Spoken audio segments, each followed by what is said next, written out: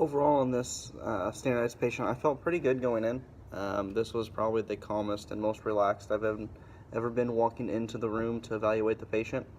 Um, Things that went well for this encounter is I stayed calm. I helped keep the patient calm.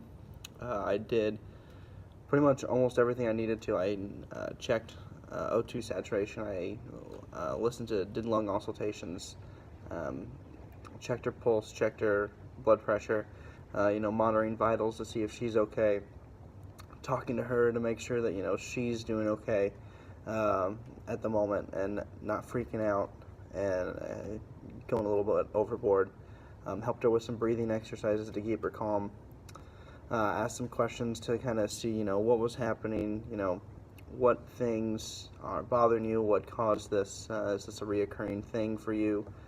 Uh, what didn't go well for me is probably when I asked her, do you have asthma or have you ever been diagnosed with asthma? And she told me no. And that threw me off for a moment. And then as I was doing the skills that I knew I needed to, I wasn't getting any feedback from the patient, which normally we get the cards. And so I felt like I kept needing to do more and more things because I saw the cards sitting down on the table. And so I thought, is there something I'm missing? Do I need to do more? So I kept, thinking through my head, going over and over and over it again. But I knew there wasn't much more for me to do. Luckily, as soon as I finished the last skill, she handed me the cards. That way I was able to see, her values on where she is on her vitals. It gave me a better indication on what's happening, but also I knew I was doing the correct skills during the standardized patient assessment there. And just her saying that she didn't have asthma, but she had an inhaler, and then the other patient said she did have asthma.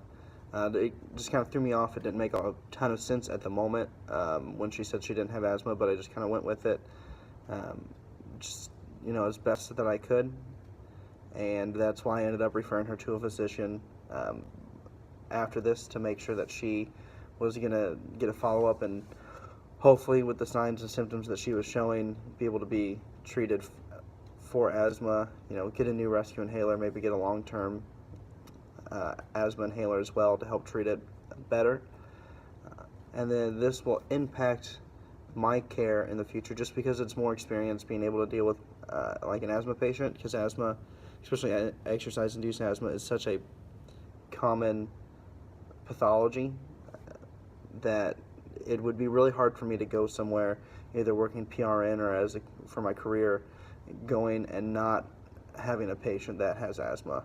And so being able to better treat it is really important because you're just going to see it so often.